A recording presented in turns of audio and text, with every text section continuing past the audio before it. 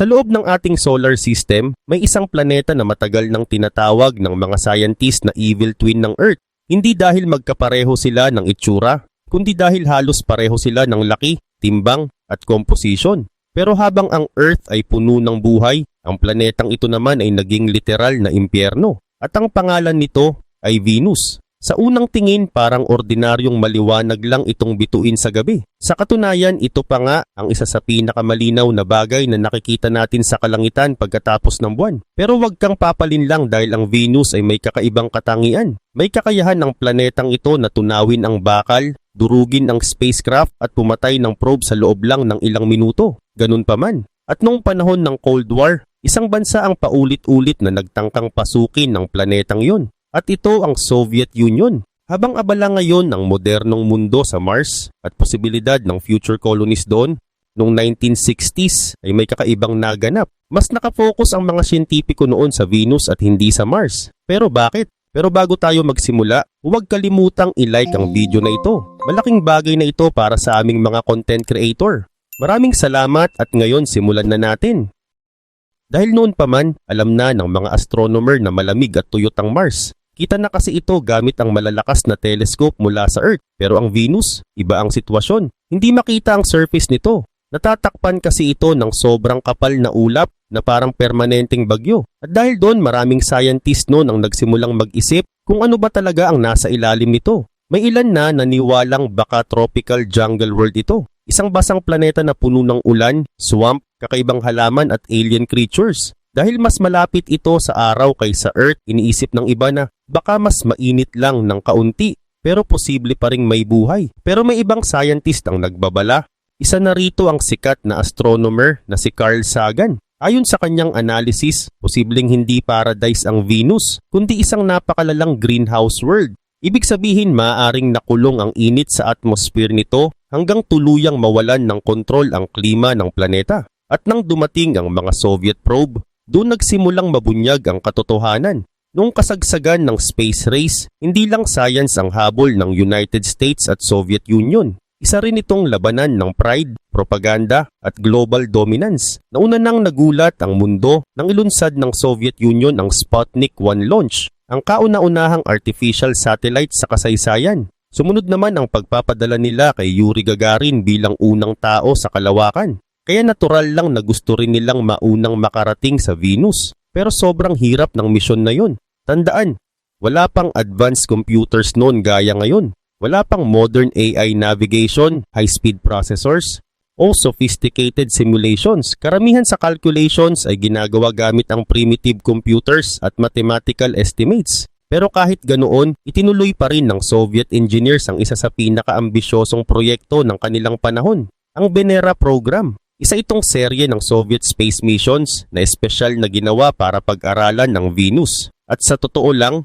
isa ito sa pinakamapanganib na exploration projects sa kasaysayan ng space science. Unang inilunsad ang mga probe noong early 1960s. Pero paulit-ulit silang nabibigo. May mga probe na nawawala sa kalawakan, may sumasabog habang inilulunsad, at may iba naman na nawawalan ng communication. At may tuluyang nasisira bago pa makarating sa target. Pero hindi tumigil ang Soviet Union. Habang dumarami ang failures, lalo rin nilang naiintindihan kung gaano ka-hostile ang Venus. Doon nila natuklasan na ang atmosphere ng Venus ay halos purong carbon dioxide. Ayon sa data mula sa mga Soviet at later NASA missions, ang atmospheric pressure sa surface nito ay mahigit 90 times na mas malakas kaysa Earth. Para maintindihan mo kung gaano kalala iyon.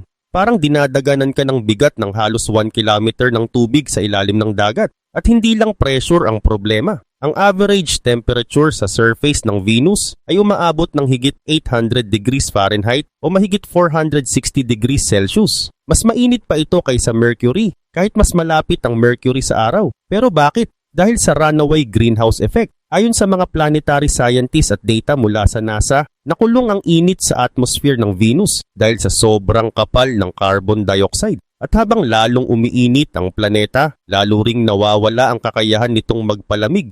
At ang resulta, isang planetang parang giant pressure cooker. At doon sinubukang maglanding ng Soviet Union.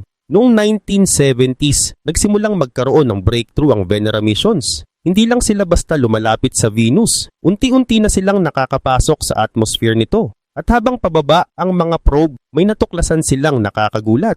Ang mga ulap ng Venus ay hindi ordinaryong water clouds. Isa pala itong sulfuric acid clouds, acid rain, nakakalason na hangin, at halos walang oxygen. Kung may taong biglang ilalagay sa Venus ng walang proteksyon, malamang ilang segundo pa lang ay patay na agad siya dahil sa init, pressure at toxic atmosphere. Pero kahit ganoon, may isang mission na tuluyang naging historic, ang Venera 7 landing. Ito ang kauna-unahang spacecraft sa kasaysayan na matagumpay na nakapagpadala ng data mula sa surface ng ibang planeta. Hindi man ito nagtagal sapat na yon para patunayan na posible palang makaabot sa ibabaw ng Venus. Pagkatapos noon, lalo pang pinaigting ng Soviet Union ang kanilang missions. At noong dumating ang mga sumunod na Venera probes, doon unang nakita ng tao ang tunay na itsura ng Venus. Hindi ito jungle, hindi ito ocean world, hindi ito alien paradise. Isa itong patay na mundo. Madilim na kalangitan, batuhan at wasak na terrain, makapal na orange atmosphere, at init na parang walang katapusang apocalypse. Ayon sa mga larawan mula sa Venera 13 mission,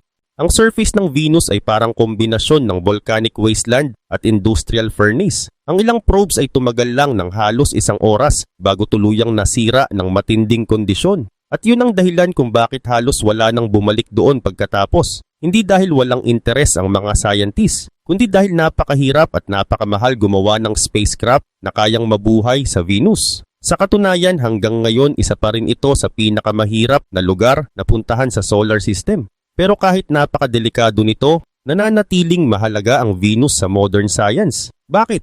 Dahil posibleng ipinapakita nito ang future ng isang planetang nawalan ng kontrol ang climate system. May ilang scientist din na naniniwalang posibleng dati ring may tubig ang Venus billions of years ago. Pero habang lumalala ang greenhouse effect, unti-unting sumingaw ang tubig nito hanggang maging tuyong inferno ang buong planeta. At para sa maraming researcher, isa itong warning. Isang paalala kung gaano kaselan ang balanse ng climate ng isang mundo. Kaya kahit dekada ng walang successful human landing sa Venus, hindi pa rin nawawala ang interest dito. Ayon sa NASA at European Space Agency, may mga bagong missions na pinaplano para muling pag-aralan ang planeta gamit ang modern technology. Dahil hanggang ngayon, marami pa ring sikreto ang nakatago sa ilalim ng makapal nitong ulap. At marahil ang pinaka nakakatakot na bahagi ng Venus ay hindi ang init nito, kundi ang posibilidad na baka mangyari ito sa ating Earth. Sa kabila pa nito, mabalik tayo. Sa kabila ng sunod-sunod na problema, may isang bagay pa ring nagbigay ng pag-asa sa Soviet Union noon.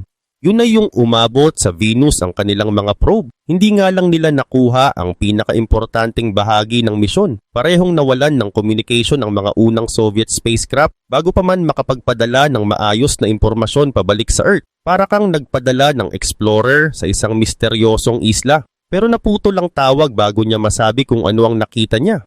Habang abala ang Soviet engineers sa pag-aaral kung ano ang nagkamali, may isang bansa naman ang tahimik na naghahanda para maagaw ang spotlight. At ito ay walang iba kundi ang United States.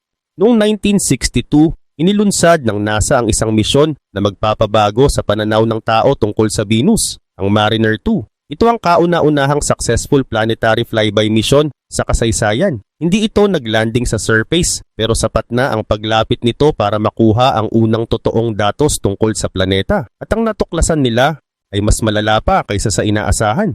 Habang papalapit ang probe sa Venus, nagsimula itong mag-record ng radiation at temperature readings mula sa atmosphere ng planeta. At ayon sa data ng NASA, sobrang init na agad kahit nasa upper atmosphere pa lang ang measurements. Hindi simpleng mainit na tropical world, hindi rin swamp planet. Isa pala itong giant oven sa kalawakan. Ayon sa mga scientist noon, umabot sa mahigit 400 degrees Celsius ang init na na-detect ng Mariner mission. At tandaan, orbital measurements pa lang iyon. Ibig sabihin posibleng mas matindi pa ang kondisyon sa mismong surface. Doon mas lalong nakumpirma ang theory tungkol sa runaway greenhouse effect. Sa Earth kasi may greenhouse effect din naman. Ito ang tumutulong para manatiling sapat ang init ng planeta para mabuhay tayo. Pero sa Venus parang nawalan ng preno ang sistemang iyon. Habang dumarami ang carbon dioxide sa atmosphere, lalong naiipon ng init. At habang umiinit ang planeta, lalo pang lumalala ang epekto nito hanggang tuluyang maging inferno ang buong mundo.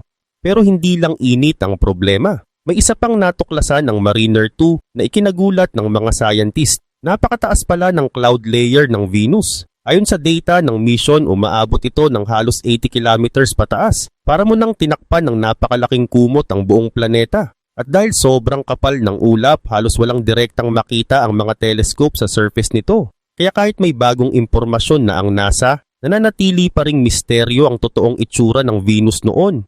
Pero isang bagay ang naging malinaw, halos imposibleng may buhay doon. At dahil sa sobrang delikadong environment, unti-unting nawalan ng interes ang Amerika sa Venus missions. Mas pinili nilang ituon ang budget at resources sa moon missions at sa posibilidad ng future exploration sa Mars. Sa madaling salita, umatras ang NASA. Pero para sa Soviet Union, iba ang tingin nila rito. Para sa kanila, hindi ito warning, challenge ito. Habang lumalayo ang Amerika sa Venus, nakita ng Soviet Union ang pagkakataong maangkin ang isa pang historic achievement sa space race. Naniniwala silang malapit na silang makagawa ng breakthrough na magugulat ang buong mundo. Kaya imbes na tumigil, lalo pa nilang pinalakas ang Venera program. Mas matitibay na spacecraft, mas advanced na heat shielding, mas makapal na pressure protection, at mas desperadong pagtatangka para makalapag sa pinakamapanganib na planeta sa solar system. Pero hindi pa nila alam noon na ang totoong bangungot ng Venus ay hindi pa nila nararanasan. Pagsapit ng 1966, nagsimula nang magbago ang takbo ng space race. Hindi na lang ito simpleng laban kung sino ang unang makakarating sa kalawakan. Isa na itong laban kung sino ang kayang mabuhay sa impyerno ng Venus. Habang papalapit ang dekada ng 1960s sa isa sa pinakamalalaking sandali ng space race, ibang direksyon na ang tinatahak ng Amerika at Soviet Union. Ang Amerika nakatutok na sa buwan. Ang Soviet Union naman hindi pa rin bumibitaw sa Venus. Habang naghahanda ang NASA para sa historic moon landing missions, tahimik namang gumagawa ang Soviet engineers ng mas malaki at mas matibay na spacecraft kaysa sa mga nauna nilang probe. Doon isinilang ang bagong henerasyon ng Venera missions. Hindi na ito simpleng metal capsule na basta ipapadala sa kalawakan. Alam na kasi ng Soviet Union na hindi ordinaryong planeta ang Venus. Kaya kung gusto nilang makakuha ng totoong impormasyon mula rito, kailangan nilang gumawa ng spacecraft na kayang lumaban sa init, pressure at toxic atmosphere ng planeta. Mas mabigat ang bagong probes, mas komplikado ang instruments, at mas seryoso ang mission. Nilagyan nila ito ng iba't ibang scientific equipment gaya ng thermometer, gas analyzers, pressure sensors at radar instruments para masukat ang kondisyon habang bumababa sa atmosphere ng Venus. Pero ang pinaka-importanting bahagi ng design ay ang descent capsule. Isa itong hiwalay na pod na kusang hihiwalay mula sa pangunahing spacecraft pagdating sa Venus. Pagkatapos noon, magbubukas ang parachute nito at dahan-dahang babagsak pababa habang kumukuha ng data tungkol sa atmosphere. Sa papel, maganda ang plano. Pero sa totoong buhay, ibang usapan ang Venus. Noong inilunsad ang Venera 3 mission, muli na namang nagkaroon ng system failure habang nasa biyahe ito sa kalawakan. Nawala ang communication bago pa man makapagpadala ng scientific data. Pero kahit pumalya ang mission, may isang historic na nangyari. Tumama ang probe sa Venus. Sa unang pagkakataon sa kasaysayan ng tao, may isang gawa ng tao na nakarating sa ibang planeta. Hindi nga lang successful landing, kundi literal na pagbagsak. Parang higanting bakal na ibinato diretso sa isang alien world. At kahit aksidente ang dating nito, naging bahagi pa rin ito ng history ng space exploration. Sa katunayan, ayon sa historical records ng Soviet missions, sila rin ang unang bansang nagpatama ng spacecraft sa Moon, Venus at Mars. Pero ang totoong breakthrough ay dumating makalipas lang ang isang taon, ang Venera 4 mission. Ito ang kauna-unahang spacecraft na matagumpay na nakapagpadala ng impormasyon mula sa atmosphere ng ibang planeta. At habang unti-unting bumababa ang capsule sa makapal na ulap ng Venus, nagsimula itong magbigay ng nakakagulat na impormasyon. Sa mataas na bahagi ng atmosphere, medyo normal pa ang kondisyon. Ayon sa mga scientists, may ilang layer doon na halos maihahambing pa sa mainit na araw sa Earth. Hindi sobrang lamig, hindi rin agad nakakamatay. Pero habang pababa ng pababa ang probe, doon nagsimulang maging bangungot ang Venus. Biglang tumataas ang temperature, lumalala ang atmospheric pressure, at pakapal ng pakapal ang hangin. Para mo raw itong pagsisid sa ilalim ng napakalalim na karagatan. Pero imbes na tubig ang dumidiin sa'yo, hangin mismo ang bumabalot at dumudurog sa spacecraft. Isang kakaibang konsepto yon para sa mga scientist noon. Kasi sa Earth, sanay tayong isipin na magaan lang ang hangin. Pero sa Venus, sobrang kapal ng atmosphere na halos parang likido na ito sa bigat. Habang patuloy ang pagbaba ng Venera capsule, lalong tumitindi ang pressure hanggang sa bigla na lang naputol ang transmission. Patay ang signal, wala ng communication. At ayon sa analysis ng mga Soviet scientist, malamang ay nadurog ang capsule dahil sa sobrang bigat ng atmosphere ng Venus. Parang dinurog na lata ng soft drinks. Doon nila na-realize ang isang nakakatakot na katotohanan. Mas malala pala ang Venus kaysa sa inaakala nila. Hindi sapat ang ordinaryong spacecraft. Hindi sapat ang simpleng heat shield. Kung gusto nilang makarating sa surface, kailangan nilang gumawa ng isa sa pinakamatitibay na robotic machines sa kasaysayan. Pero kahit alam nilang maliit ang tsansa ng survival ng susunod nilang probes, itinuloy pa rin ng Soviet Union ang mga kasunod na missions. Walang atrasan. Noong 1969, inilunsad nila ang sunod-sunod na Venera missions kahit halos sigurado na silang posibleng hindi rin ito mabuhay hanggang surface. At habang nangyayari iyon, abala naman ang Amerika sa paghahanda para sa isa pang historic event na magpapabago sa kasaysayan ng tao. Ang unang paglapag ng tao sa buwan. Sa puntong ito ng space race, malinaw nang nahuhuli ang Soviet Union sa pinakamalaking laban ng dekada, ang moon landing. Habang papalapit ang Amerika sa paglalagay ng tao sa buwan, alam ng Soviet leaders na may hirapan na silang habulin yon. Pero hindi ibig sabihin noon na tapos na ang laban para sa kanila. May isa pa silang target at iyon ay ang Venus. Para sa Soviet Union, posibleng dito sila makabawi kung makakagawa sila ng isang groundbreaking discovery sa pinakamapanganib na planeta sa solar system. Maari pa rin nilang maipakita sa mundo na sila ang tunay na hari ng interplanetary exploration. Kaya kahit sunod-sunod ang failures, hindi sila tumigil. Sa halip, lalo pa nilang pinalaki at pinatibay ang kanilang mga spacecraft. Ang bagong Venera probes ay hindi na ordinaryong space capsules. Para na silang mga armored tanks na ginawa para mabuhay sa impyerno. Mas makapal na steel shell, mas matibay na outer structure. At sa loob nito, may titanium sphere na magsisilbing proteksyon ng mga instruments laban sa matinding init ng Venus. Parang gumawa sila ng maliit na bunker sa loob ng spacecrafts. May dagdag ding shock absorbers para kayanin ng impact sa landing.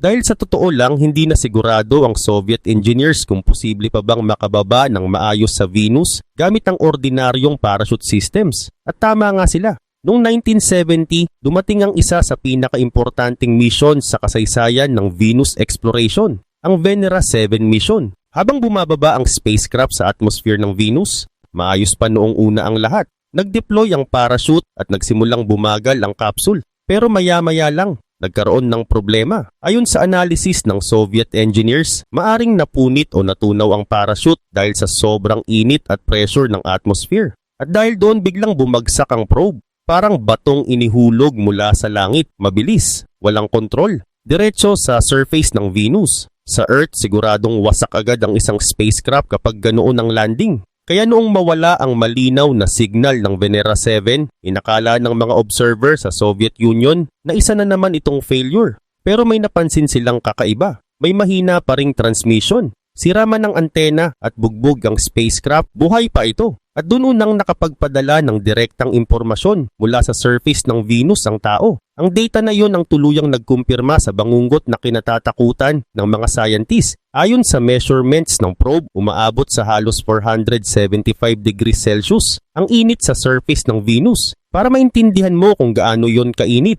halos kapareho iyon ng temperatura sa loob ng industrial oven o wood-fired pizza furnace. Hindi sapat ang ordinaryong electronics para mabuhay doon. Kahit modernong makina ngayon, mahihirapan pa rin sa ganong environment. Pero imbes na matakot, mas lalo pang naging determinado ang Soviet Union. Sa isip nila, natalo man sila sa moon race, may iba pa silang pagkakataong gumawa ng kasaysayan. Maaari silang maging unang bansa na makakadiskubre ng mga sekreto ng ibang planeta, Venus, Mars, at posibleng maging susi sa pag-unawa kung paano nabubuo ang mga mundo sa kalawakan. Kaya noong early 1970s, nagsimulang magbago ang direksyon ng Soviet space program. Mas tutok na sila ngayon sa deep space exploration. Sa katunayan, noong 1971, nakapagpadala sila ng spacecraft na naging kauna-unahang gumawa ng soft landing sa Mars kahit ilang segundo lang itong tumagal bago tuluyang namatay ang signal. Pero hindi pa rin nila binitawan ang Venus dahil sa sumunod na misyon, mas lalo silang nagtagumpay, ang Venera 8 mission. Sa pagkakataong ito, maayos na nakapag-landing ang probe sa surface at nakapagpadala ng data ng halos 1 oras. At doon lalong nakumpirma kung gaano kaimposibleng mabuhay sa Venus. Bukod sa matinding init, ang atmospheric pressure doon ay halos 90 times na mas malakas kaysa Earth, para kang nakalubog ng halos 1 kilometro sa ilalim ng dagat.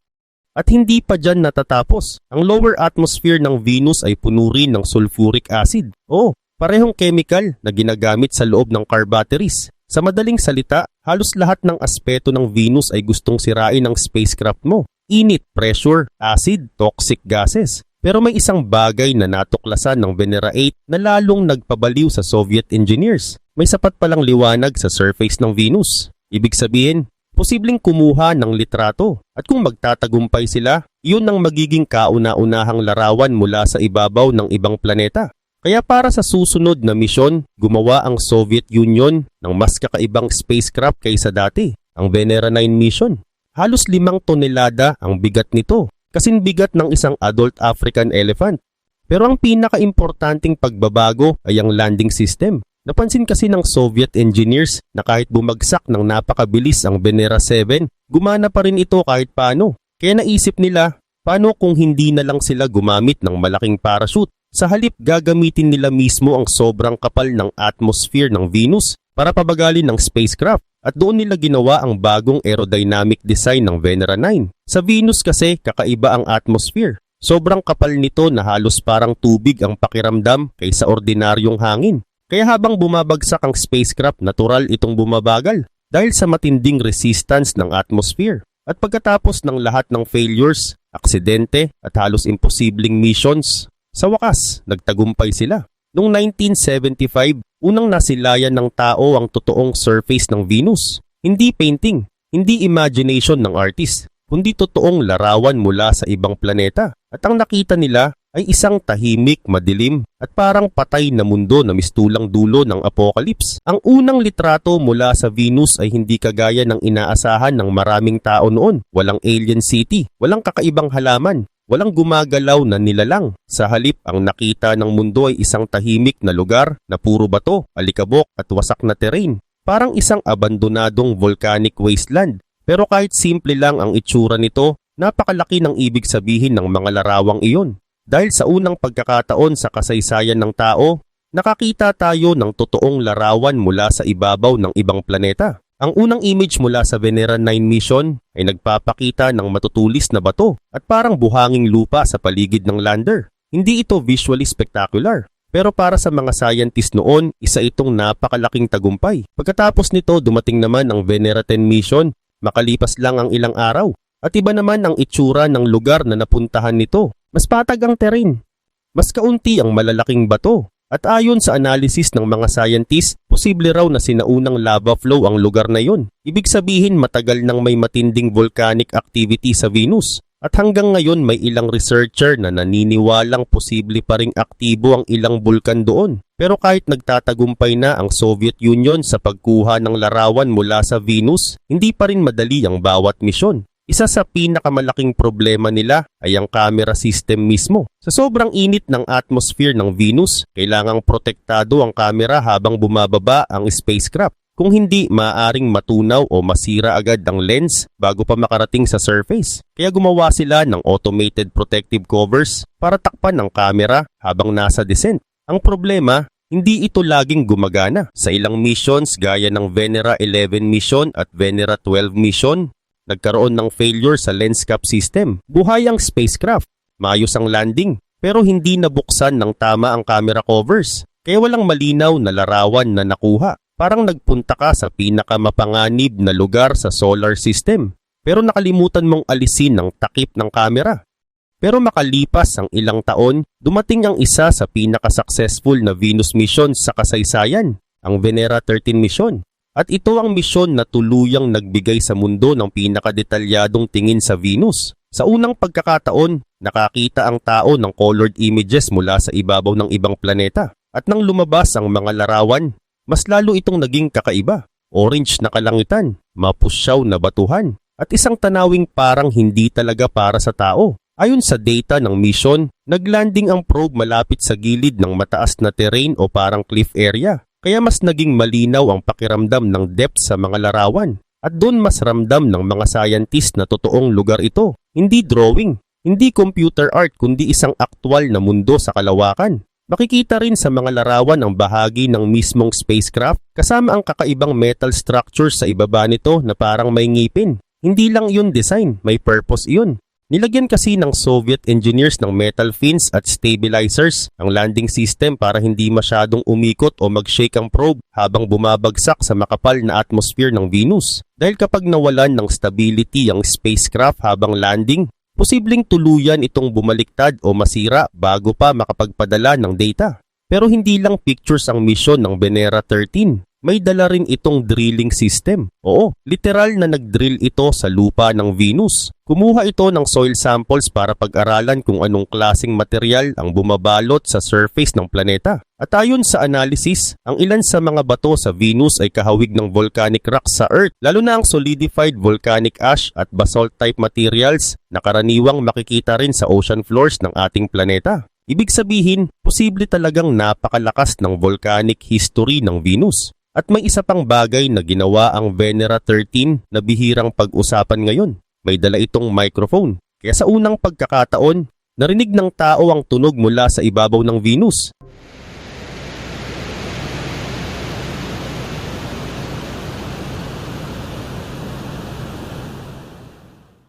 Hindi ito dramatic alien sounds. Walang halimaw. Walang kakaibang signal. Kundi mahinang ugong ng hangin at tunog ng mismong spacecraft habang gumagana sa ilalim ng napakabigat na atmosphere. Pero kahit simpleng ingay lang iyon, may kakaibang pakiramdam kapag alam mong nanggagaling ito sa ibang planeta. Parang nakikinig ka sa hininga ng isang mundo na hindi kailanman ginawa para tirhan ng tao. Pagkatapos ng Venera 13, dumating pa ang Venera 14 mission. Muli nitong kinumpirma na maraming bahagi ng Venus ang puno ng volcanic rocks at malalawak na patag na terrain. At pagkatapos noon, tumigil na ang lahat, wala ng ibang spacecraft na muling nakapag-landing sa Venus. Hanggang ngayon, ang mga larawang iyon pa rin ang huling totoong litrato mula sa surface ng planeta. At ang tanong ng marami, bakit hindi na tayo bumalik? Simple lang ang sagot, napakahirap, napakamahal.